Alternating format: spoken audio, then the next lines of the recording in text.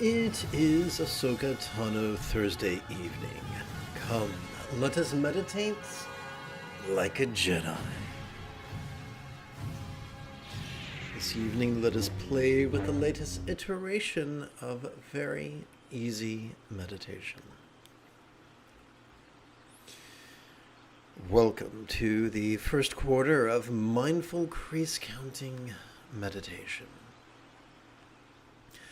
Over the span of 12 inhalations, we could advance our right thumb in the following manner, beginning with our little finger. 1, 2, 3, 4, 5, 6, 7, 8, 9, 10, 11, 12. Multiply this by 8 sets, and you've got 96 inhalations. We could keep track of those 8 sets on our left hand. 1, 2, 3, 4, 5, 6, 7, 8. 8 sets of 12 inhalations each.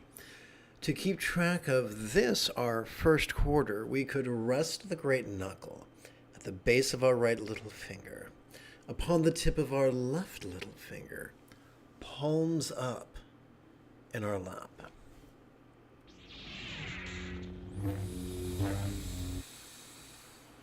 Oopsie. Come, let us demystify enlightenment. Just as in any conflict, it is the victor who writes the histories. Similarly, when there are more religious members of patriarchy, they tend to define spiritual terms in a manner that is rigid, superstitious, and elitist. However, when we receive teachings from members of the spiritual matriarchy, those same words are often given a definition that is more flexible, loving, rational, laid back, and egalitarian. Take, for instance, the idea of enlightenment. There are some people who will insist that enlightenment means you never have a painful emotion and ever, and life is nothing but bliss. But that is not what the Buddha taught. The Buddha taught that enlightenment was simply mastering the Eightfold Path. But what do we mean by mastering? We mean getting so good at it that we practice it spontaneously, habitually, easily, and effectively. No child is born knowing how to use the toilet, brush their teeth, tie their shoes, or ride a bike. And yet, by first grade, most children are so good at those things that they practice them spontaneously, habitually, easily, and effectively. The Buddha taught the same thing was possible with his path. In fact, it is inferred when we read the 7 enlightenment factors that simply by working with or emphasizing the 7th fold, which is mindfulness, and the 8th fold, which is meditation, the remaining 6 folds of the Buddha's Eightfold Path take care of themselves. Given the importance of mindfulness and meditation, let us view them through the lens of neuroscience, which we will do after approximately 30 seconds of housekeeping. This is Lama Jigme Gyatso of the Buddha Joy Meditation School. For more than 30 years, I've spent about 8 hours a day, almost every day, studying, practicing, mastering, and reverse engineering the teachings and techniques of each school of meditation so that you would not have to. Welcome, my friends, to Meditate Like a Jedi, which is made possible due to the generosity of viewers just like you.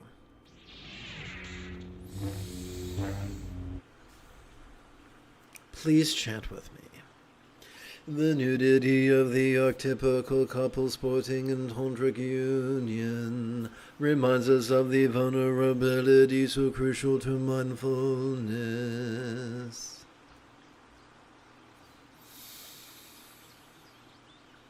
Let us begin with mindfulness. Every time we inhale, whether we know it or not, we are wired to automatically access the sympathetic nervous system ensconced within the middle third of our spinal cord. This bad boy has evolved to help us to notice in a very special way. To help us notice vulnerably, passively, viscerally, randomly, and fleetingly. But notice what? Notice mind's antics of perception. You know, seeing, hearing, feeling, tasting, smelling, and the like. Such as emotion, intention, cognition, recollection, and imagination. Now, this is a whole bunch of stuff to do simultaneously, isn't it? Fortunately, there's a hack. When we silently and mentally recite the demonstrative pronoun this during our inhalation, we send a message to our cerebral cortex to stop competing with the sympathetic nervous system and start cooperating with it. But what do we do with all that which we notice? The answer to that is we meditate, and the concise explanation of meditation is this.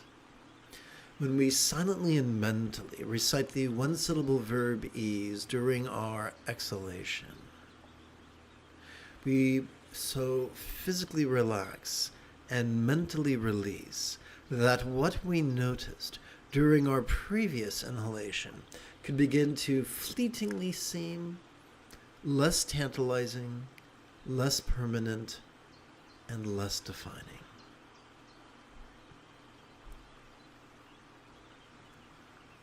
As I mentioned several minutes ago, simply by playing with mindfulness and meditation every 12 hours or so, we experience the first fold of the eightfold path's deep familiarization with the literal impermanence that supports letting go. In view of how important it is to practice mindfulness and meditation, together as a team, let us silently and mentally recite the demonstrative pronoun this during each inhalation and the one-syllable verb ease during each exhalation.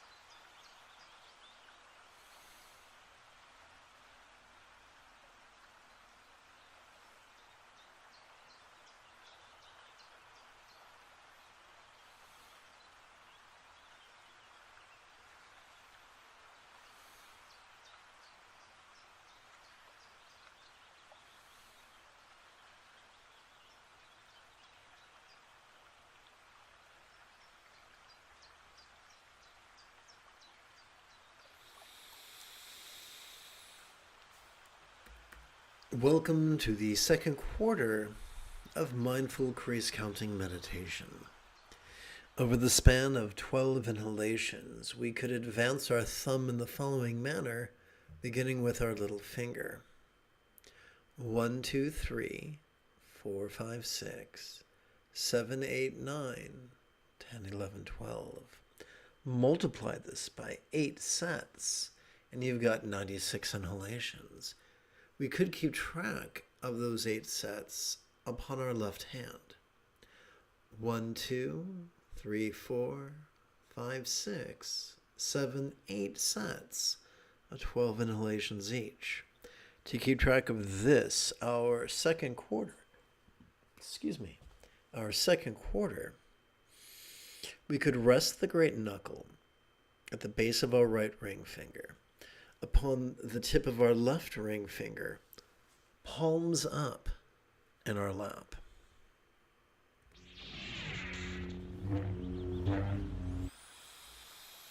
Please chant with me. The translucence of the archetype of the all-good father and mother depicted in paintings reminds us of meditation's experience of impermanence and non-graspability.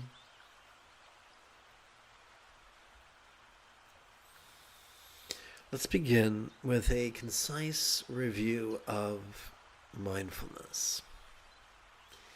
Every time we silently and mentally recite the demonstrative pronoun this during our inhalation, thanks to our sympathetic nervous system, we vulnerably, passively, viscerally, randomly, and fleetingly notice mind's antics of perception, emotion, intention, cognition, recollection, and imagination. But what do we do with that which we have noticed? The answer to that is meditation. I'd like to explore that through the lens of neuroscience. Every time we exhale, whether we know it or not, we are wired to automatically access our parasympathetic nervous system, divided between the lower third and the upper third of our spinal cord. This bad boy has evolved to support both physical relaxation as well as mental release. Consequently, that which we noticed during our previous inhalation could fleetingly feel as non-graspable as a vast empty void. What a bizarre sentence. If we're any good English teacher would remind us that a simile is only as useful as it is relatable. So we have to ask the question, what? What is a real-world example of a non-graspable, vast, empty void? How about the illusion of the infinite azure sky on a bright and beautiful cloudless morn, which, although could be tantalizing to the eye, is non-graspable to the hand? And there you have it. Emptiness demystified. And as I mentioned previously, simply by playing with mindfulness and meditation every 12 hours or so, we experience the first fold of the eightfold path's deep familiarization with the figurative emptiness that supports our mental release. In view of the importance of mindfulness and meditation, let us practice for several minutes together right now. But first, allow me to remind you, the moment you have a specific question about Buddhist chanting, Buddhist philosophy, or Buddhist meditation, please type that question in great detail in the chat window.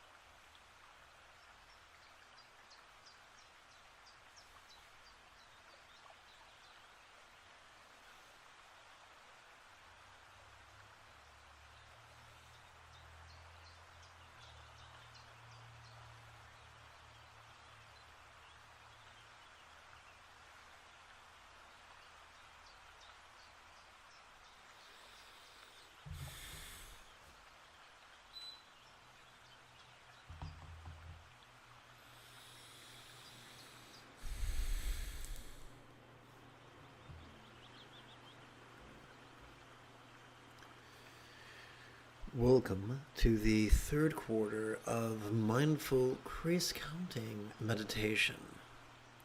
Over the span of 12 inhalations, we could advance our right thumb in the following manner. 1, 2, 3, 4, 5, 6, 7, 8, 9, 10, 11, 12. Multiply this by 8 sets, and you've got 96 inhalations. We could count those 8 sets on our left hand. 1, 2, 3, 4, 5, 6, 7, 8 sets of 12 inhalations each. To keep track of this, our third quarter, we could rest the great knuckle at the base of our right middle finger, upon the tip of our left middle finger, palms up in our lap.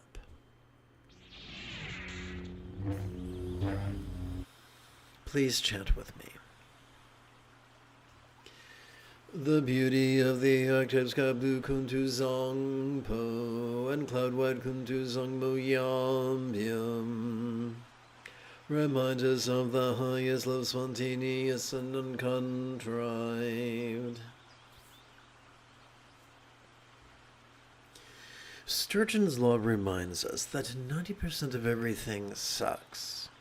Since the Neolithic Revolution, the majority of civilizations have been conditioning the majority of their citizens to be rigid, fearful, superstitious, controlling, elitist, cryptic, competitive, and cruel, to the point of denigrating the minority who strive instead to be flexible, loving, rational, laid-back, egalitarian, lucid, cooperative, and kind. It should therefore come as little surprise that the majority of meditation teachers are defined by being rigid and controlling, so much so that they implore their students to actively focus using their medial prefrontal cortex and actively analyze using their dorsolateral prefrontal cortex. The problem with this is that when we overtrain our prefrontal cortex, we trigger our amygdala, which functions as the seat of both anxiety and aggression.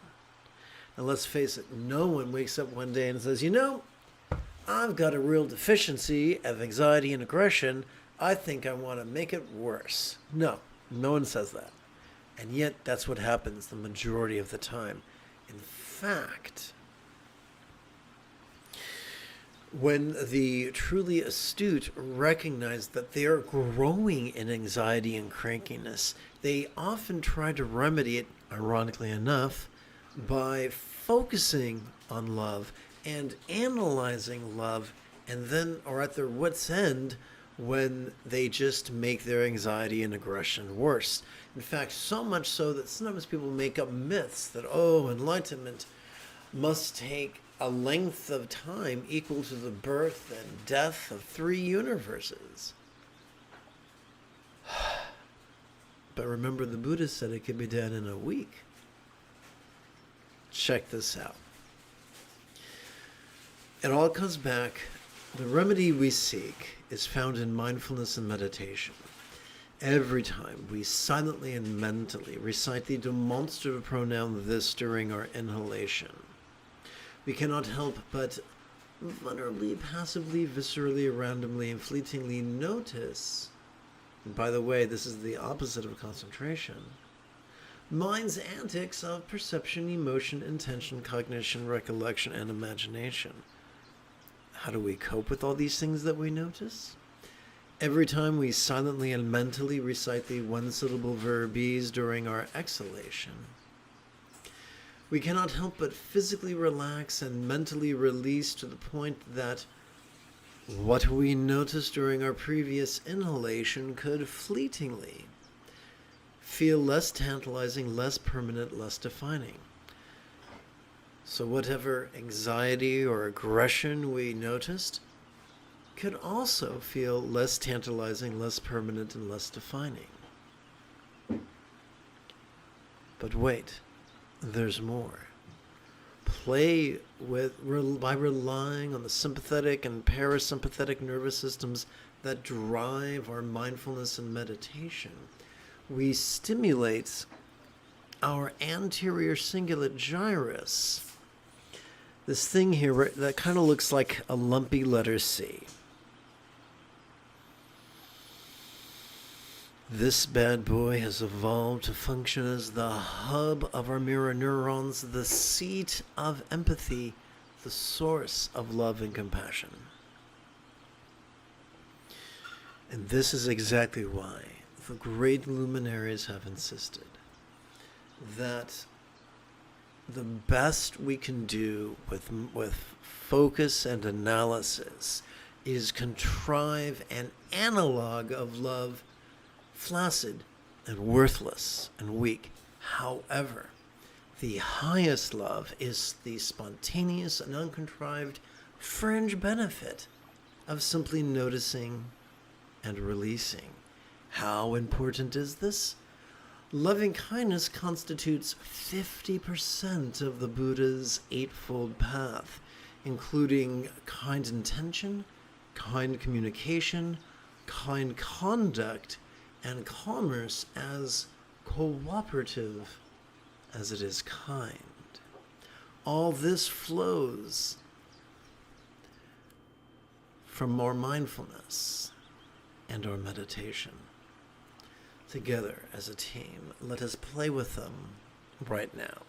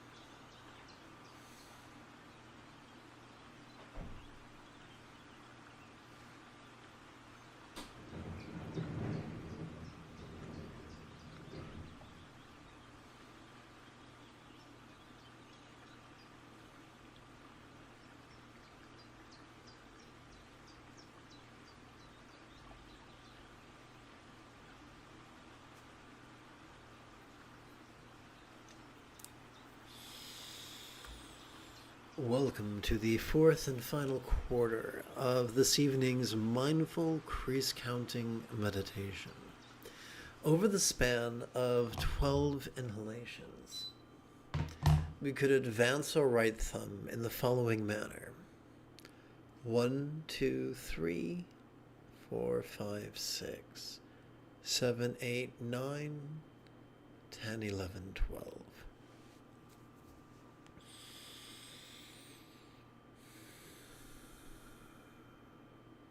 Multiply that by 8 sets and you've got 96 inhalations. You could count those or keep track of those 8 sets on your left hand. 1, 2, 3, 4, 5, 6, 7, 8 sets of 12 inhalations each.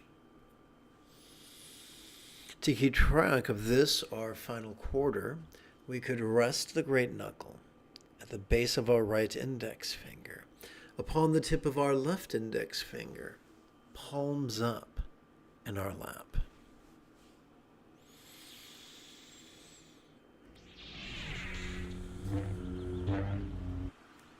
Please chant with me.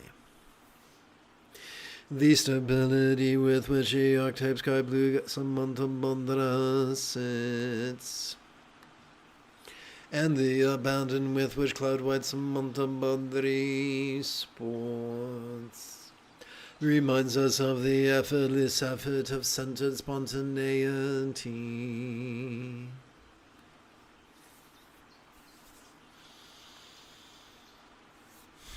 We've laid the groundwork for this fourth lesson to make sense. First, a spot of review. What's the most efficient way to practice mindfulness? Silently and mentally recite the demonstrative pronoun this during each inhalation, thus setting ourselves up to notice vulnerably, passively, viscerally, randomly, and fleetingly. What is it that we could notice? Well, superficially, we could notice mind's antics of perception, emotion, intention, cognition, recollection, and imagination. On a deeper level, if we are vulnerable and courageous, we can notice that of all those things that we notice, whether they are external or internal, physical or mental, pleasurable or painful, interesting or boring, glorious or grotesque, some of them we prefer, and some of them we do not. And in time, we could also notice that we can feel some resistance to the absence of what we desire. And we can feel some resistance to the presence of what we dread. So, how do we transcend this duality? We can't believe our way there, because that will just exhaust our prefrontal cortex and trigger our amygdala to make us even more anxious and aggressive. So that won't work. Here's what we can do. Here's the key to transcending duality. Not through belief, but through physiology.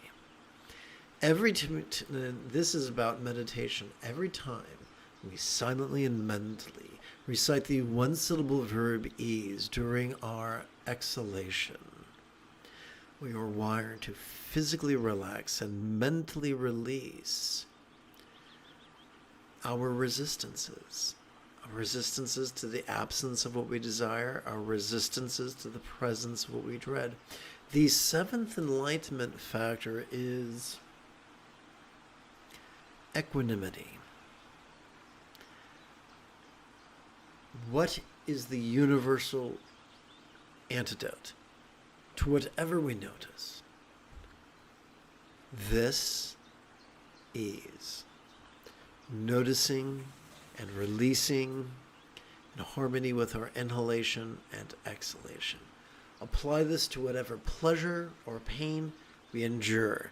Apply this to whatever piques our interests or torments our boredom. Apply this universally, and you will feel yourself transcending not the presence of duality, because that's baked into the cake, but the tyranny that duality can exert over our choices and our utterances and our deeds. Now, this could seem scary. This could feel or seem like some pseudo-spiritual fool is asking you to be like a doormat who will allow life to forever drag its muddy boots over your face. That does not sound like a good time to me, but fortunately, let's start this again. By enthusiastically practicing mindfulness and meditation every 12 hours or so, we can observe that our choices and our utterances and our deeds begin to flow from the effortless effort, or with the effortless effort, of love's centered spontaneity, which should not be confused with the scattered spontaneity we might experience after our 4th consecutive espresso, but rather the centered spontaneity that is the effortless byproduct of mindfulness and meditation. So as I promised you at the beginning of this evening's live stream, the entirety of the Eightfold Path hinges simply upon mindfulness and meditation. Therefore, together as a team, let us play with this evening's final set of mindfulness and meditation. But first, I have a request to make. The moment you have a specific question about Buddhist chanting, Buddhist meditation, or Buddhist philosophy, please type your question in great detail in the chat window. Don't wait for a convenient time. There is only now. Please strike while the iron is hot.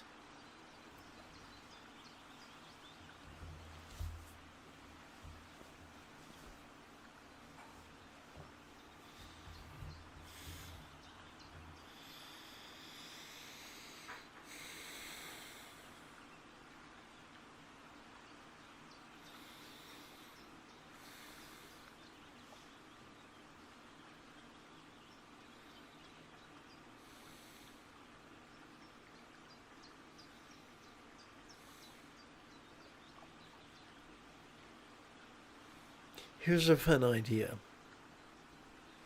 As silently and mentally we recite the demonstrative pronoun this, we could effortlessly observe duality. The hot and the cold, the external and the internal, the physical and the mental, the pleasurable and the painful, the interesting and the boring, the glorious and the grotesque, the affluent and the poor, the imperiled and the safe, the sick and the healthy, the loved and the forsaken, the famous and the infamous. All these infinite dualities we can effortlessly notice during our inhalation.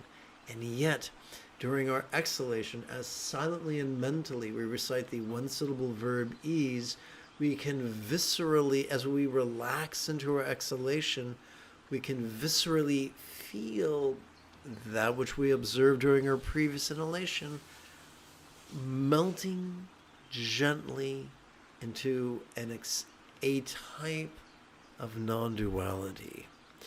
When I was a kid back in the 1980s, there was an Eddie Murphy comedy concert that was filmed. I think it was called Delirious. I'm not sure. Anyway, at one point it talks about as a kid, you get an ice cream cone and you're dancing around celebrating that you have an ice cream cone. And the ice cream cone falls on the sidewalk. It won't take very long in the middle of summer for that scoop of ice cream to melt.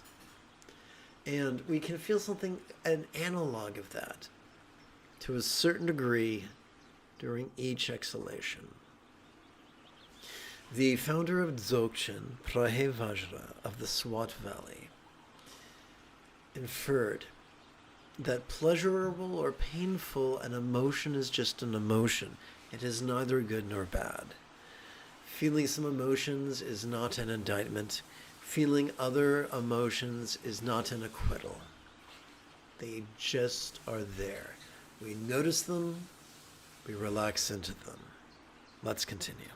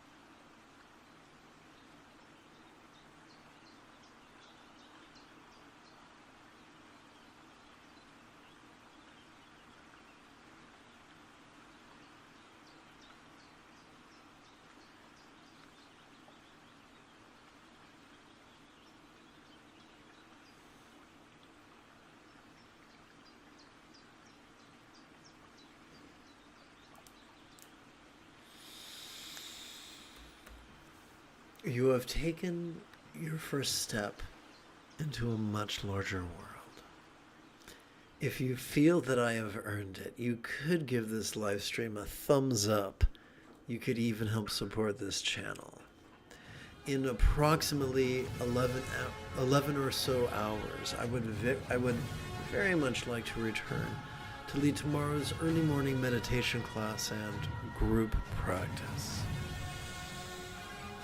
And if you are as geeky as me, may the Force be with you always.